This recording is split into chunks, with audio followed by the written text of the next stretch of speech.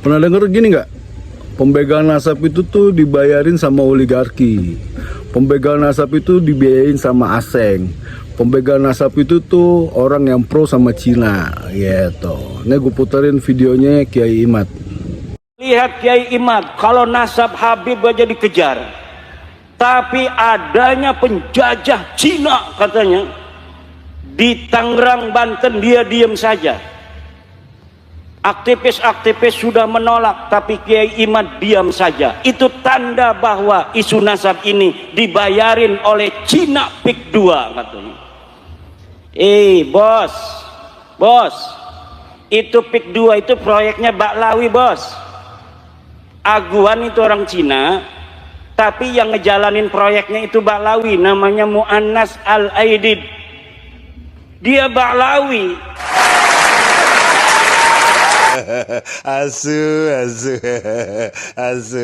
Itu di situ bilang bahwa Mu'annas Al-Aidid itu adalah yang ngejalanin proyek PIK 2. Gara-gara omongan Kiai Imad ini nih, jadi orang-orang aktivis Kiai Banten itu sebenarnya tuh udah gerah nih ya dengan pagar laut ini ya. Jadi intinya gini ya, kalau ada nelayan di situ pengen ngelaut gitu, yang tadinya bensinnya ngirit, akhirnya itu mesti muter dulu gitu. Misalnya dia di tengah-tengah gitu ya. Akhirnya tuh kalau misalnya pagar laut itu 32 km, dia tuh mesti jalan ke sono sejauh 16 km baru dia bisa ke laut bebas gitu.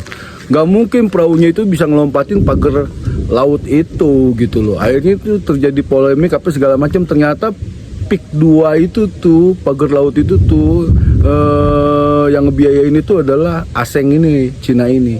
Dan Cina ini mempekerjakan itu ya Baklawi. Jadi intinya apa?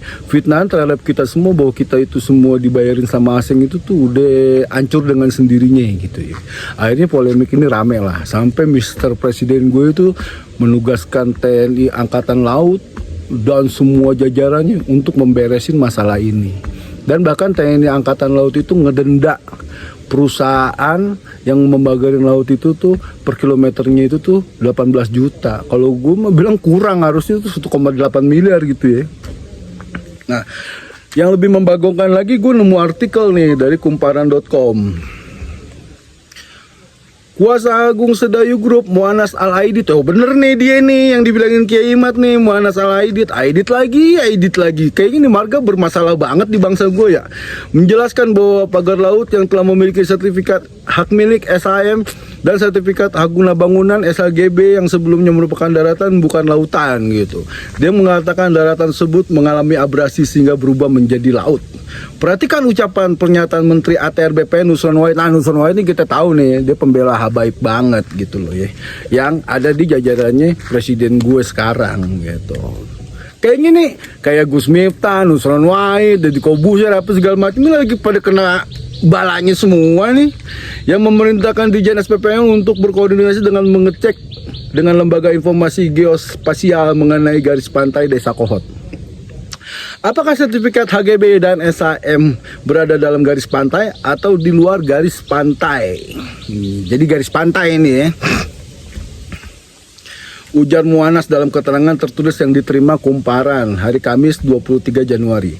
Menurut Mu'annas, setelah dilakukan pengecekan terhadap dokumen pengajuan sertifikat yang diterbitkan tahun 1982, gila tahun 1982 udah dibeli nih tanah. Posisi pagar laut saat itu masih berupa daratan. Pihaknya juga mencocokkan data dengan Google Earth yang menunjukkan bahwa lahan SHGB dan SHM yang terkafling di sekitar kawasan pagar bambu di Desa Kohot bukanlah laut, melainkan bekas tambak atau sawah yang terabrasi. Nah, habis ini sekarang gue kasih lihat nih video selanjutnya. Ada asumsi kalau laut yang udah dikapling dan punya sertifikat hak guna bangunan itu dulu daratan, terus sekarang jadi lautan karena abrasi. Dan pembuatan sertifikat HGB-nya itu berdasarkan GIRIK di tahun 80-an. GIRIK adalah surat tanda kepemilikan tanah di masa itu. Bener nggak ya, laut yang dipagarin itu dulunya adalah daratan? Yuk kita cek yuk. Kita bisa buka Google Earth dan cek citra historisnya. Lalu kita gambar garis bantu pagar laut dan garis pantainya. Terus kita geser citra historisnya sampai ke tahun 80-an.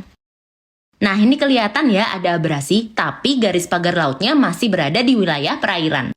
Jadi gimana guys, mungkin kalian punya bukti lain kalau wilayah itu dulunya adalah daratan? Nonton kan video dari Mbak ini kan, ternyata emang yang namanya Mbak Alawi itu tuh tukang bohong dari tahun jebot sampai sekarang. Itu bambu yang dipagerin itu tuh ternyata emang laut.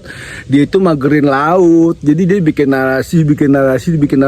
Kalau kagak percaya, kita harusnya tanya sama nelayan yang ada di situ. Apakah itu dulu bekas sawah? Masa ada sawah berdiri di atas tanah yang bergaram? Dari situ aja otaknya kan udah kagak ada gitu. Jadi emang ini tukang bohong apa segala macam. Intinya gini ya, gue bukan menyalahkan siapa-siapa ya. Apapun yang dipitnahkan sama Muhibin, sama Habaib ke kita semua, bahwa kita itu dibayar sama asing, tertolak dengan masalah ini. Bahwa kita ini adalah keturunan Dajjal. Kalau kita nggak percaya sama dia, ternyata dia yang ngebawa Nutfah Dajjaliyah. Kita itu PKI, ternyata dia bapak moyang itu PKI semua. Kita ini itu ternyata dia. Jadi semua yang jelek-jelek itu dibongkar sama Allah tuh ternyata dia. Apapun yang dia fitnahkan kepada kita, ternyata dia penjahatnya dia, bangsatnya dia, semuanya tuh dia gitu loh. Makanya tuh Mr. Trump tuh mau ngedatengin orang-orang dari Gaza ke Indonesia. Gue setuju banget, karena orang-orang Gaza itu tuh kan darahnya Rasulullah asli ya. Jadi kakek moyangnya Rasulullah tuh, Nabi Ibrahim itu aslinya dari Gaza gitu, dari suku Palestina itu gitu. Jadi gue setuju banget kalau menurut gue, asalkan hubungan internasional itu harus simbiosis mutualisme. Jadi orang-orang Gaza yang bisa masuk ke Indonesia itu perempuan-perempuannya aja sama anak kecil. Kalau orang-orang yang berjuang perang segala macam di sono, lelaki-lelakinya, karena lelakinya itu hubul waton minal iman, lelakinya itu tuh hebat-hebat apa segala macam, ya nggak boleh direlokasi ke sini gitu.